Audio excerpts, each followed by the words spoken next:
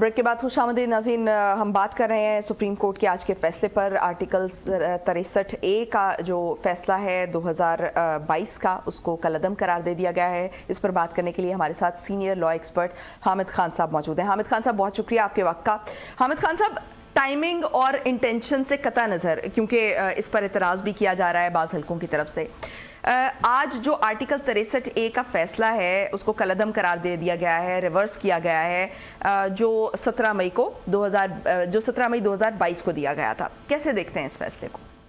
देखिए, इसमें नियत और वो जो टाइमिंग बहुत इम्पोर्टेंट है, क्योंकि इसके ऊपर व्यू कोई भी ठीक हो सकता है, लेकिन इस वक्त खास तौर पे जब उधर आपका सो कॉल्ड एक कॉन्स्टिट्यूशनल अमेंडमेंट पैकेज तैयार है और आप रास्ता खोल रहे हैं फ्लोर क्रॉसिंग का, और तो इसलिए इसमें बड़ा वाज़ेह है। दूसरी बात ये है कि इसका जो बेंच था वो प्रॉपर्ली कॉन्स्टिट्यूटेड नहीं था।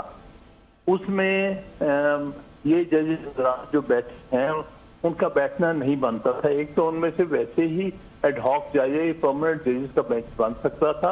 एडहॉक जज का कोई काम नहीं है परमानेंट बेंचेस में, या जहां परमानेंट जजेस का हो वहां पर बैठने का। तो ये बात गलत।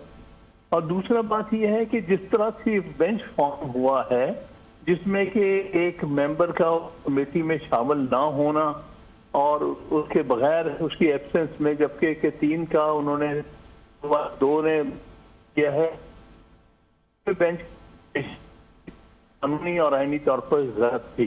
तीसरी बात, ये जो ओपिनियन था ये जजमेंट नहीं थी 2022 की, क्योंकि एक प्रेसिडेंशियल रेफरेंस गया था जिसमें ये पूछा गया था कि 63A के मुताबिक क्या कोई अगर मेंबर अपनी पार्टी की पार्लियामेंट्री पार्टी की डायरेक्शन के खिलाफ वोट डालता है तो उसका क्या असरात होंगे। तो उसका उन्होंने जवाब दिया था कि उनके ख्याल में कि ये उसका वोट काउंट नहीं होगा, क्योंकि आर्टिकल 63A की स्पिरिट ये है कि फ्लोर क्रॉसिंग नहीं होनी चाहिए, उससे सारी बुराइयां पैदा होती हैं। तो वो एक ओपिनियन थी। ओपिनियन के अगेंस्ट रिव्यू का कोई गुंजाइश नहीं आर्टिकल 188 में, सिर्फ जजमेंट और ऑर्डर्स के खिलाफ होती है। तो उस लिहाज से भी ये आईनी तौर पर भी गलत है।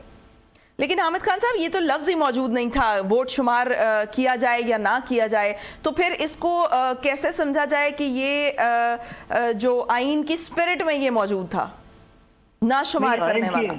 आइन की स्पिरिट में तो ये बिल्कुल मौजूद है कि फ्लोर क्रॉसिंग नहीं होनी चाहिए। इसके ऊपर इससे बहुत पहले की सुप्रीम कोर्ट की फुल कोर्ट की जजमेंट है, जिसमें उन्होंने कहा था कि फ्लोर क्रॉसिंग, उस वक्त तक तो आर्टिकल 63 आया भी नहीं था। मैं कोई सन 90 की जजमेंट की बात कर रहा हूँ। अच्छा। उस वक्त तो फ्लोर क्रॉसिंग का अभी तक आर्टिकल 63 आया भी नहीं था। तो उस वक्त भी सुप्रीम कोर्ट ने ये कहा था कि ये सबसे बड़ी जो आइन की खिलाफ वर्जी, स्पिरिट की खिलाफ वर्जी है कि अगर कोई शख्स किसी पार्टी के टिकट पर इलेक्ट होता है और वो जाके अपनी पार्टी की मर्जी के खिलाफ वो फ्लोर क्रॉसिंग करता है, तो ये बिल्कुल गैर आईनी हरकत है। उसको चाहिए कि रिजाइन करे अपनी पार्टी के टिकट से, मतलब, और फिर इलेक्शन लड़े दूसरी पार्टी की तरफ से, ये आजादाना। लेकिन जब तक वो उस पार्टी की टिकट की बुनियाद पर मेंबर है, तब तक वो उसकी खिलाफ वर्जी नहीं कर सकता। तो ठीक। तो हामिद खान साहब, ये जो रिव्यू पिटीशन में ये जो बात है कि उन्हीं जजेस का शामिल होना जरूरी है बेंच पर, जो आपने बात की कि जिन्होंने इस केस का फैसला दिया हो, क्या ये ट्रेडिशन है या ये लॉ है? ये इस पर कई सारी जजमेंट्स हैं, उसमें रूल्स भी हैं। सुप्रीम कोर्ट रूल्स में भी कहा गया है कि वही जजेस होने चाहिए जिन्होंने पहले सुना है, उसी तादाद में होना चाहिए। 2 चीजें। और ट्रेडिशन ये है और सुप्रीम कोर्ट जजमेंट ये है कि ऑथर जज का होना बहुत जरूरी है अगर अवेलेबल है। ठीक। तो ये अभी आज भी जो डिस्कस हुआ कि हुकूमत के जो आईनी तरमीम लाने पर बात हो रही है, और बकौल बैरिस्टर अली जफर जो आज उन्होंने अदालत में ये कहा भी कि आर्टिकल 63A का फैसला हॉर्स ट्रेडिंग को रोकता है, और आप भी इस चीज़ को जो है वो मानते हैं। अगर ऐसा मान भी लिया जाए तो भी क्या अदालत के पास स्पिरिट से अलग आइन की ऐसी तशरीह जो आइन का क्लियरली उस लफ्ज का हिस्सा नहीं है, क्योंकि आइन से मुतालिक ये कहा जाता है कि अगर आपने कॉमा या फुल स्टॉप की भी आपने तब्दीली करनी है तो ये पार्लियामेंट के जरिए होगी। नहीं, क्या ये दुरुस्त इकदाम था? बिल्कुल, ये बात आपने जो कही है ये बिल्कुल ऐसे नहीं है। अच्छा। आइन की तशरीह हमेशा हाईएस्ट कोर्ट्स करती है और जरूरी नहीं है कि वो चीज उन अल्फाज में लिखी गई हो। इसलिए सारी यानी आइन की तारीख है 200 साल की, 200 से ज्यादा साल की, 3 से ऑनवर्ड ये बात यूएस सुप्रीम कोर्ट में बहुत दफा हो चुकी है। मतलब यूएस सुप्रीम कोर्ट ने कहा कि अबॉर्शन जो है वो खिलाफ आइन है। कहीं आइन में नहीं अबॉर्शन का जिक्र, अमेरिका के आइन में, लेकिन उन्होंने देखा है कि कुछ बुनियादी राइट्स हैं, ह्यूमन राइट्स हैं, राइट टू लाइफ है, उसमें से राइज हो रहा है राइट टू हैव अबॉर्शन। तो ये तो वो लोग बात करते हैं जिनको आइन की, आइनी कानून की, आइनी तशरीह की दूर तक इल्म नहीं है। वो आज हर आइनी एक्सपर्ट बन के बातें करते हैं कि अल्फाज और कॉमा इधर से उधर नहीं हो सकता, बल्कि कॉन्स्टिट्यूशनल की जो तशरीह होती है उसमें बड़ी वाइड चॉइस होती है। ठीक, तो हामिद खान साहब, ये आपने कहा कि ये सुप्रीम कोर्ट से चूंकि राय मांगी गई थी तो सुप्रीम कोर्ट ने राय दी, लेकिन उसके नतीजे में हमने ये देखा कि जो पंजाब में गवर्नमेंट बनी थी इस फैसले की वजह से उसे रुखसत भी होना पड़ा। उसके बाद इस पे भी इंटेंशन है कि नजर सानी केस दायर किया गया बंदयाल साहब के दौर में, लेकिन उस वक्त भी इसे नहीं सुना गया। तो जो इस तरह के जो इकदामात हैं, इससे भी तो इसकी इंटेंशंस पर सवालात उठ सकते हैं। ये उठ सकते हैं, ये नहीं मैं कहता नहीं उठ सकते, लेकिन सवाल ये है कि एक चीफ जस्टिस है जो इन हफ्तों में फारिग होने वाला है, घर जाने वाला है। एक रवायत रही है कि जो आउटगोइंग चीफ जस्टिस होता है वो अपने आखिरी महीने में कोई कंट्रोवर्शियल और कोई बड़ी इंपॉर्टेंस के केसेस नहीं लगाता। वो आने वाले चीफ जस्टिस को वो ये मौका फराहम करता है कि वो इम्पोर्टेंट केसेस के डिसीजन के लिए बेंच फॉर्म करे। तो ये उसके खिलाफ भी है। ये यहाँ से तो नीयत जाहिर होती है कि उसको क्या जल्दी पड़ी थी, 2 साल से तो ये पेंडिंग था, ये मैटर अभी लगाना था। इसका मतलब ये है कि इन्होंने रास्ता खोलना था फॉक्स ट्रेडिंग का, तो इसलिए नीयत का मामला आता है बड़ा सामने। और साथ ही देखिए ना, बात शुरू हो गई, जी कॉल कर ले जी, हमने बंदे खरीदे हुए हैं इसलिए हम आईनी तरमीम पास करा जाएंगे।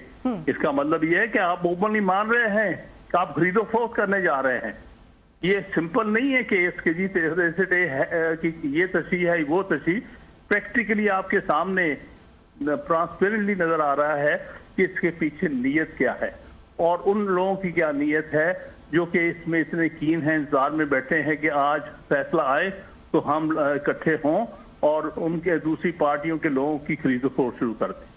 ठीक, तो हामिद खान साहब, बेंच की तश्कील पर जो आज एतराज़ात उठाए गए कोर्ट में बैरिस्टर अली जफर की तरफ से, आपने भी इस पर बात की, क्या मुस्तकबिल में इस फैसले पर असरअंदाज हो सकते हैं आज के एतराज़ात? हो भी सकते हैं, बिल्कुल सही है। ये एक मामला ओपन है क्योंकि अगर आपने तारीखी तौर पर एक गलत अमल किया है जिस अमल की आपको इजाजत नहीं थी आईनी और कानूनी तौर पर, तो उसका कोई सद्देबाब तो हो सकता है ना किसी भी स्टेज पर। ठीक, तो अगर हम इसको आज के जो अदालतों का माहौल है, मैं उस हवाले से बात करना चाह रही हूँ कि आज का जो अदालतों का माहौल है उसको चीफ जस्टिस सजाद अली शाह के दौर से भी कंपैरिजन किया जा रहा है। बंदयाल साहब के दौर में भी इस पर बहुत बात शुरू हुई थी। जिस तरह से लाइक माइंडेड जजेस के जो बेंचेस बनाए गए, इस पर बहुत सारे एतराज़ात थे और जिस तरह से केसेस के फैसले हुए, उन बहुत सारे जो है वो उस पर मुतनाज़ा फैसले भी आए। तो आज जो ये कंपैरिजन किया जा रहा है, ये किस हद तक दुरुस्त है? ये मैं समझता हूँ दुरुस्त नहीं है इस लिहाज से कि पार्टली दुरुस्त भी है। मैं ये कहूँगा कि एक वक्त आया था जबकि सजाद अली शाह साहब के जाने में 2 महीने रह गए थे और ये एतराज था कि आप क्यों बेंचेस फॉर्म कर रहे हैं और अपनी मर्जी के फैसले दिलवा रहे हैं, लोगों को इधर उधर भेज रहे हैं। आज उससे भी मामला बदतर हैं क्योंकि ये तो 2-3 हफ्ते में फारिग होने वाले हैं और इनके साथ तो उतने लोग भी नहीं जितने सजाद अली शाह के साथ हैं। आपको बस सिर्फ 3 जज इनके साथ हैं जिनको अपने साथ बिठाया हुआ था, बाकी तो एक एडहॉक जज है, वो तो जज भी नहीं है, फुल उसका कंप्लीट जज भी नहीं है, तो इसलिए बाकी तो सारे जज इसके साथ ही नहीं है। तो इसलिए इस खौफ के मारे जल्दी फैसला करते कि कल को जब बेंच बनेगा नए चीफ जस्टिस के तहत, उसमें तो ये बेशतर इंडिपेंडेंट जजेस होंगे। ठीक, बहुत शुक्रिया। हामिद खान साहब हमारे साथ मौजूद थे। नाज़रीन, एक छोटा सा ब्रेक लेंगे, ब्रेक से वापस आएंगे और इसी टॉपिक पर बात करेंगे। हमारे साथ रहिएगा।